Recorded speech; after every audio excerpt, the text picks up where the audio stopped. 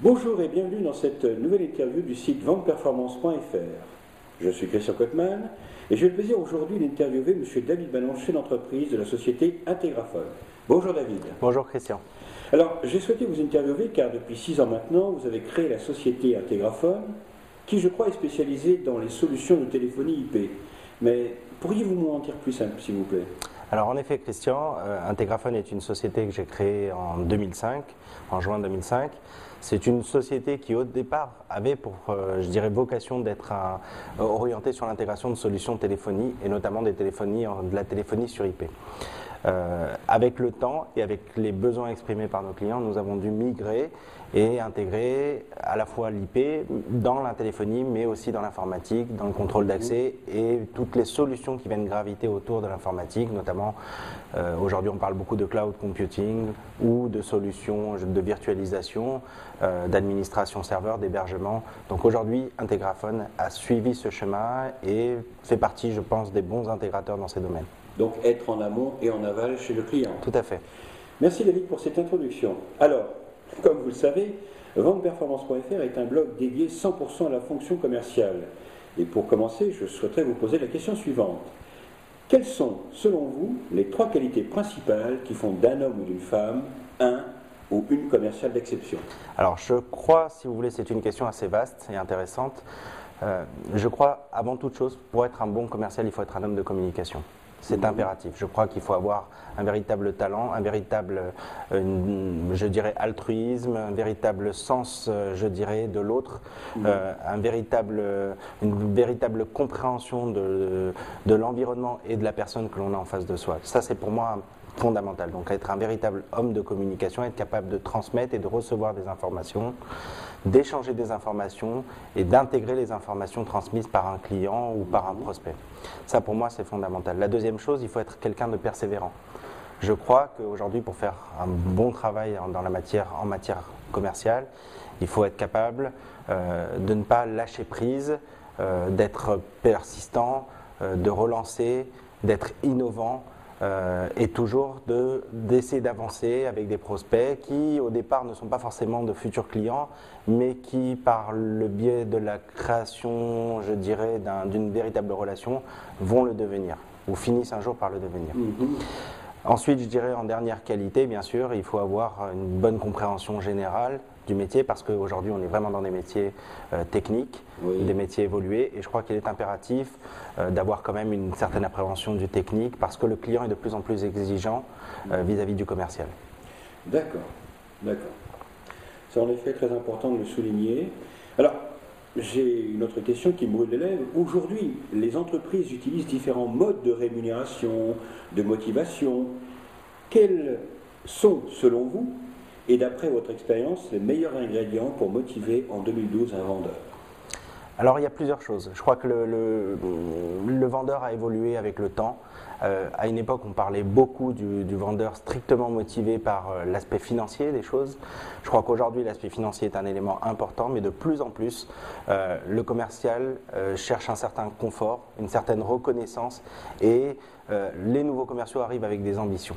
Donc je pense qu'aujourd'hui, il faut être capable d'avoir un mix global et d'être capable de proposer à la fois des modes de rémunération intéressants avec des variables importants pour stimuler la vente et le vendeur, avec des aménagements particuliers en termes de confort, pourquoi pas des véhicules de fonction de société, des mutuelles, être à l'écoute de tous les systèmes aujourd'hui de stimulation, de confort. Et ensuite, après, il y a l'aspect évolutif. De plus en plus, les commerciaux arrivent avec des formations, avec des expériences et souhaitent évoluer dans l'entreprise. Donc il faut être... Voilà, tout à fait. Donc il faut, je crois, leur proposer un mix de l'ensemble des éléments et essayer d'écouter, de rester toujours à l'écoute de ces commerciaux pour leur proposer la solution qui leur convient le mieux. D'accord. Ok, David. Alors, je crois savoir qu'avant d'être chef d'entreprise, vous avez occupé la fonction commerciale, mais aussi vous avez été manager. Alors, pour vous, un vrai vendeur, c'est quelqu'un qui connaît par cœur ses produits, ses services, afin de répondre à tous les besoins clients ? Ou bien, est-ce que c'est un homme, une femme, d'ailleurs vous avez répondu en partie, qui est passionné par la rencontre et l'échange ? En effet, comme je vous l'ai dit au début de notre entretien, un commercial est pour moi un homme avant tout de communication. Donc quelqu'un qui est à l'écoute et quelqu'un qui sait interpréter tous les signaux que le prospect va lui envoyer. Qui sait aussi être à l'écoute de son marché. C'est-à-dire comment le marché évolue, vers quelle technologie, qu'est-ce qu'on attend aujourd'hui lorsqu'on est un client lambda.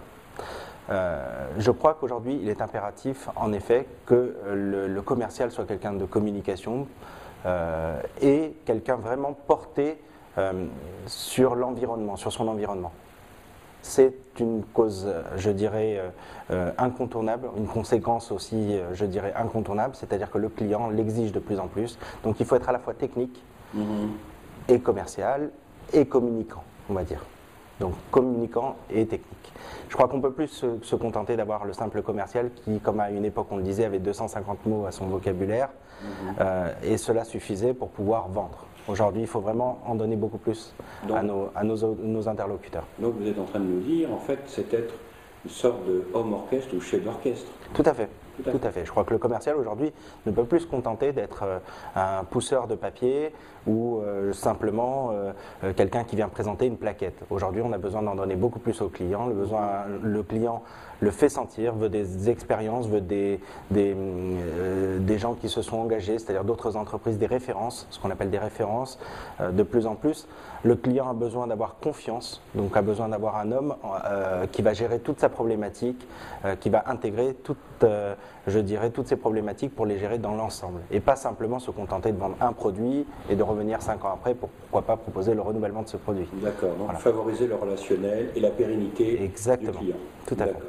Alors aujourd'hui, David, comment voyez-vous évoluer dans les prochaines années la fonction commerciale dans l'entreprise en général ? Alors, je crois qu'il y a une grande nouveauté ces dernières années, c'est avec l'apparition d'Internet, avec de plus en plus d'outils, notamment liés à l'Internet. Je crois qu'il est impératif aujourd'hui d'envisager dès à présent cette migration, ce changement de la vente. C'est-à-dire que le client est à la fois friand de la relation, de la personnalisation, mais je crois qu'il ne faut pas négliger ces outils de vente qui sont vraiment des outils de vente importants et qui vont peut-être créer de nouveaux métiers de vente vraiment sédentaire, un peu comme l'a été à une époque la VPC. Aujourd'hui, on aura de la vente via Internet. Donc ça, c'est une part importante, je dirais, de l'activité future de certains commerciaux. Je crois, en ce qui me concerne, que par rapport à nos métiers, que sont des métiers techniques, la relation reste impérative. Il est important d'établir une relation de confiance, il est important de bien connaître son client, il est important de le fréquenter, de humer son environnement pour bien l'intégrer et pour bien lui proposer les solutions qui lui sont adaptées. Donc malgré l'évolution des technologies, des médias et d'Internet, l'homme sera toujours le pivot central de la relation commerciale. On est tout à fait d'accord sur le sujet. D'accord. Alors bon, pour terminer David, cet entretien, qu'auriez-vous comme conseil à partager avec tous les vendeurs qui regardent cette vidéo, côté client, c'est-à-dire vous recevez un vendeur, qu'est-ce qui vous accroche chez lui, ou côté manager, vous managez un vendeur, quel conseil lui donneriez-vous ? Je dirais côté client, en ce qui me concerne, lorsque je suis client, ce que j'aime, c'est trouver les bonnes réponses. Donc quand j'ai un interlocuteur, j'aime savoir qu'il connaît son sujet, mais qu'il n'est pas simplement là pour vendre, qu'il était aussi là pour créer une relation. Je crois que c'est important, la confiance, d'établir la confiance dès le départ. Donc lorsque je reçois un vendeur, j'ai tendance à l'écouter, à comprendre, à essayer de comprendre ce qu'il cherche à me proposer et à voir s'il connaît son sujet et si bien sûr le domaine m'intéresse, je suis plutôt preneur. J'ai plutôt tendance à acheter relativement simplement et facilement, on va dire. D'accord. Concernant, je dirais, le côté managérial, encore une fois, j'ai envie de dire, il faut que de plus en plus le commercial apprenne à travailler sa relation. C'est-à-dire que la fidélisation, mais avant même la fidélisation, le démarrage de la relation, c'est un petit peu, je dirais, vous savez, une relation commerciale, c'est un peu comme un fiançailles, comme un mariage. On commence déjà par se fréquenter, par créer, je dirais, des échanges, par créer une relation de confiance et ensuite on finit par établir après une relation contractuelle. Aujourd'hui, de plus en plus, les clients sont méfiants, sont sceptiques, ont parfois été leurrés. Donc je crois qu'il est important d'établir cette confiance, de leur montrer que nous-mêmes, nous sommes des gens de confiance et que par rapport à ça, on ne cherchera que leur intérêt et pas le nôtre. uniquement. D'accord. Écoutez, merci David d'avoir accepté de répondre à nos questions. Je vous souhaite donc bonne chance pour 2012 pour vous et votre entreprise. Merci beaucoup. Et à la prochaine fois. Merci.